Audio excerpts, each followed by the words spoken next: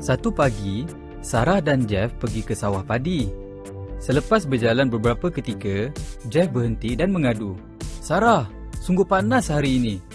Lihatlah, baju saya basah." "Ya, sangat panas. Tetapi ingat apa yang guru kita pesan. Matahari adalah penting kepada tumbuhan kerana ia merupakan sumber tenaga utama," jawab Sarah.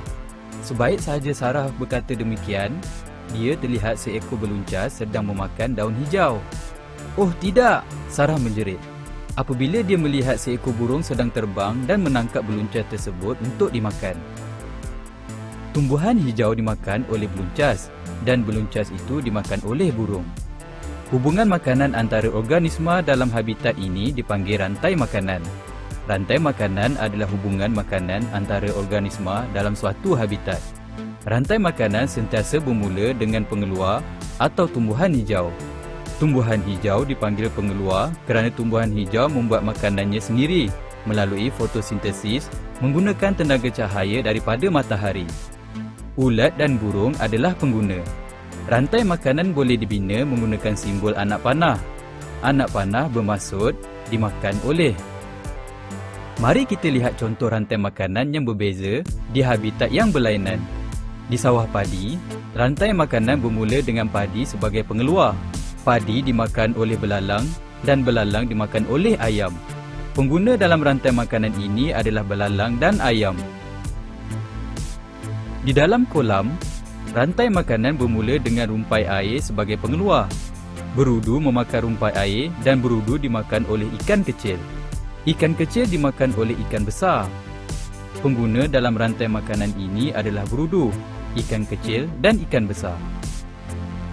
Di ladang kelapa sawit, pokok kelapa sawit merupakan pengeluar. Buah kelapa sawit dimakan oleh tikus. Tikus dimakan oleh burung hantu. Di sini pengguna adalah tikus dan burung hantu. Di dalam hutan, rusa memakan tumbuhan hijau. Tumbuhan hijau merupakan pengeluar di dalam hutan. Rusa dimakan oleh harimau. Dalam rantai makanan ini, pengguna adalah rusa dan harimau. Rantai makanan di padang bermula dengan rumput sebagai pengeluar. Siput memakan rumput dan siput dimakan oleh burung kecil. Burung kecil dimakan oleh ular. Pengguna dalam rantai makanan ini adalah siput, burung kecil dan ular.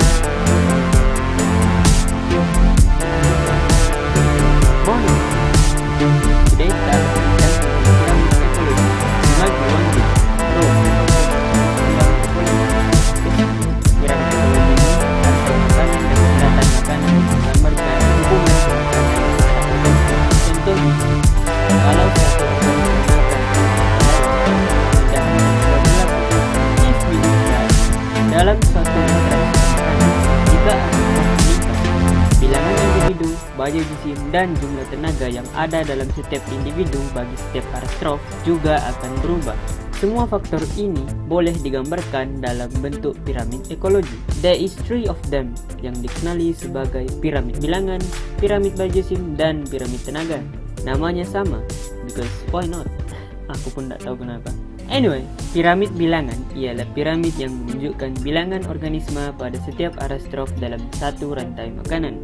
Piramid ini ada dua bahagian. Bahagian yang paling bawah mempunyai bilangan yang paling besar dan merupakan arastrof pertama yang mewakili bilangan pengeluar. Bahagian piramid seterusnya pula merupakan arastrof kedua, ketiga, dan keempat yang mewakili bilangan pengguna prima, sekunder, dan tertier. Semakin tinggi ke bahagian atas piramid, semakin kurang bilangan organisma dalam setiap aras dan semakin besar saiz organisma. Then we also have piramid biojisim. Piramid ini pula ia menunjukkan jumlah biojisim per unit kawasan semua organisma dalam setiap arastrof. For your information, biojisim di piramid ini guna jisim kering untuk mengukur. Piramid ini juga menunjukkan biojisim yang boleh dibekalkan kepada organisma di arastrof berikutnya. For example, jumlah biojisim pengeluar yang boleh dimakan oleh pengguna prima adalah lebih tinggi daripada biojisim pengguna prima dalam ekosistem. Begitu juga dengan jumlah biojisim pengguna sekunder adalah lebih rendah daripada pengguna prima.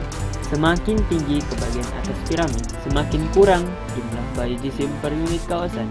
Lastly, piramid tenaga menunjukkan jumlah tenaga yang ada dalam sesuatu ekosistem. Sumber tenaga dalam ekosistem ialah tenaga cahaya yang diserap oleh tumbuhan hijau untuk proses fotosintesis dan menukarkannya kepada tenaga kimia. Selain itu, tenaga akan dipindahkan ke arastrof berikutnya apabila pengguna prima makan tumbuhan pengeluar.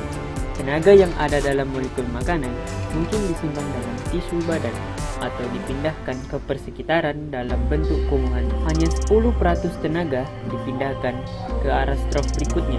90% tenaga pula hilang ke persekitaran melalui haba, proses hidup, perkumuhan, dan penyahjaan.